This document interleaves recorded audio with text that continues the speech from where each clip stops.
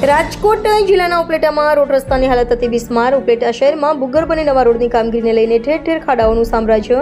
કોન્ટ્રાક્ટરની બેદરકારીને કારણે ઉપલેટાના રહીશો, વાહન ચાલકો પરેશાન. ઉપલેટામાં છેલ્લા ઘણા સમય થયા ભૂગર્ભના પાઇપની કામગીરી ચાલુ હોય અને ઉપલેટા પોરબંદર રોડ નવો સીસી રોડ બનાવવા માટે કોન્ટ્રાક્ટર દ્વારા આડેધડ ખોદી નાખ્યો હોય. કોઈ જાતના બેરિકેડ મૂક્યાનો, કોઈ વાહનો ચાલક ખાડામાં પડતા હોવાને કારણે અકસ્માતનો ભોગ બને છે. તંત્રની લાપરવાહીને કારણે અનેક વાહન ચાલકો ખાડામાં પડતા હોય લોકો ત્રાહિમામ પોકારી ઉઠ્યા છે.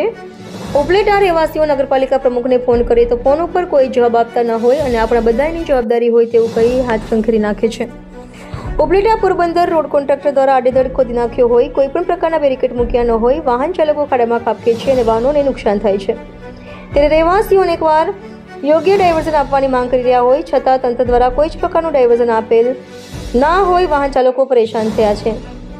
ઉપલેટા શહેર કોંગ્રેસ પ્રમુખ લક્ષ્મણભાઈ ભોપાળા દ્વારા પોરબંદર રોડ બાબતે કલેક્ટરને પણ પત્ર લખાયો છે અને પત્રમાં પોરબંદર રોડ કોઈ પણ જાતની જાણકારી વગર ખોદી નાખ્યો હોય, રસ્તો બંધ કરી દીધેલ હોય. આ પોરબંદર રસ્તા ઉપર 3 સ્કૂલ આવેલી હોય, વિદ્યાર્થીઓ અને રહેવાસીઓ પરેશાન થઈ ગયા છે. એજન્સી દ્વારા કોઈ પણ પ્રકારની જાહેરનામા વગર ખોદાણ કરેલ હોય, કોન્ટ્રાક્ટર ઉપર કાર્યવાહી કરવા કલેક્ટરને પત્ર લખી જાણ કરેલ. ઉપલેટા નગરપાલિકાના પ્રમુખના જણાવ્યા મુજબ પોરબંદર રોડ ઉપર સીસી રોડ કામગીરી ચાલુ છે. કાળા માર્ગથી ભૂરખિયા માર્ગ સુધી પોરબંદર સુધી ડાયવર્ઝન આપેલ છે. કોન્ટ્રાક્ટરને પણ સૂચના આપી છે કે ડાયવર્ઝનના બોર્ડ મારે અને રસ્તાના કામને લઈને રોડ ખોદાણમાં રસ્તો બંધ કરી દીધેલ હોય. વહેલી તકે નવો રોડ બને, ઝડપથી કામગીરી થાય તે કહી દેવાયું છે. રિપોર્ટર જગમાલ સુવા, ઉપલેટા. બેન, તમારું નામ ને? ઉપલેટા નગરપાલિકા પ્રમુખ વર્ષાબેન ગજેરા. બેન, હમણાં થોડા દિવસ 2-3 દિવસ પહેલા જે ઓડિયો ક્લિપ વાયરલ થઈ હતી તમારી આગેવાન, તો શું કહેશો એ બાબતે?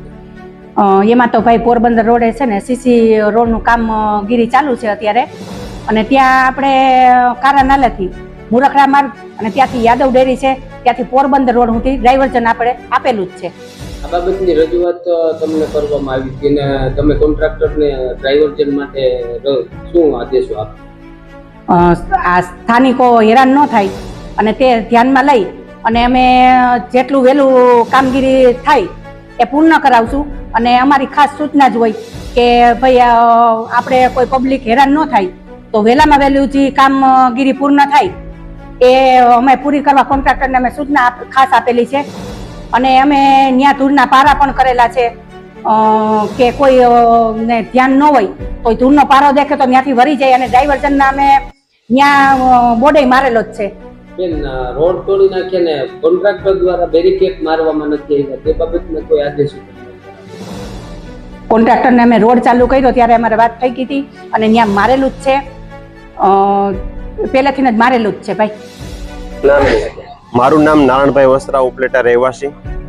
અત્યારે જૂના પોરબંદર રોડ ઉપર જે કામ ચાલી રહ્યું છે ગોકળ ગતિએ ભૂગર્ભ ગટરનું અને રોડનું કામ, એનાથી ડસ્ટ ઉડવાથી સ્થાનિકોમાં, વેપારીઓમાં અને રહીશોમાં ખૂબ મોટે પાયે એલર્જીના પ્રશ્નો જેવા કે માથું દુખવું, શરદી, ઉધરસ, તાવ, આવા બધા પ્રશ્નો ઉદ્ભવ્યા છે. બીજા નંબરમાં અહીંયા નજીક જ 4 સ્કૂલો આવેલી છે, એક તો 50 ફૂટના અંતરે આવેલી છે, તો પ્રોપર પ્રકારનું ડાયવર્ઝન નથી કાઢેલું, પ્રોપર પ્રકારનું સેફટી બેરિકેડ નથી મૂકેલું. તો આના કારણે કોઈ પણ પ્રકારની જાનહાનિ થાય તો એનો જવાબદાર કોણ થશે?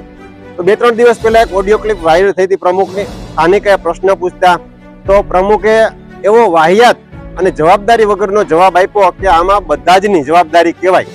તો આ સુશાસન માટે જે કન્ટિન્યુ 30-30 વર્ષ થયા જેને બેસાડીને રાખ્યા છે, તો આવા વાહિયાત જવાબ દે તો પ્રજા શું આવા પક્ષને વાલસોયા રહેશે? કેમ કે પ્રજાના સુખાકારી માટે થઈ અને આજે 30 વર્ષથી એક પક્ષને પકડીને ચાલતા હોય અને આવા વાહિયાત જવાબ દે તો આ ન ચલાવી લેવામાં. કેમ કે સ્થાનિકોમાં, રહીશોમાં અને વેપારી વર્ગમાં ખૂબ મોટે પાયે રોષ છે. મારું નામ નહીં? મારું નામ છે કિશન ધીરુભાઈ કાનગડ, ગણેશ સ્કૂલના ટ્રસ્ટી છું ઉપલેટામાં. હાલ પોરબંદર રોડ ઉપર રોડનું કામ ચાલુ છે. તો એમાં એક થોડાક દિવસ પહેલા જ એક બાળક ઇલેક્ટ્રિક બાઇક લઈને જતો હતો તો ખાડામાં પડી ગયો છે, કેમ કે ત્યાં કોઈ ડાયવર્ઝન હતું નહીં, કોઈ પણ સેફટી ગાર્ડ હતું નહીં. એટલે એમાં રજૂઆત કરવા છતાં પણ ત્યાં કોઈ એક્શન લીધેલા નથી નગરપાલિકાએ.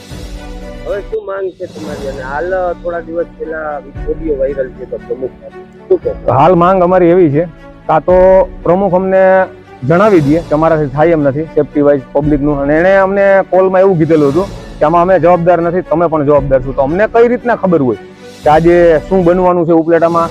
તો ખરેખર તો એ લોકોને એરા મારવા જોઈએ કે અહીંથી કામ ચાલુ છે તો અહીંથી રસ્તો બંધ છે તો પબ્લિકે અહીંયા આવવું નહીં, કેમ કે ડાયવર્ઝન કોઈ પણ રસ્તાનું કામ ચાલુ હોય આખા ઇન્ડિયામાં તો ત્યાં ડાયવર્ઝન હોય જ છે.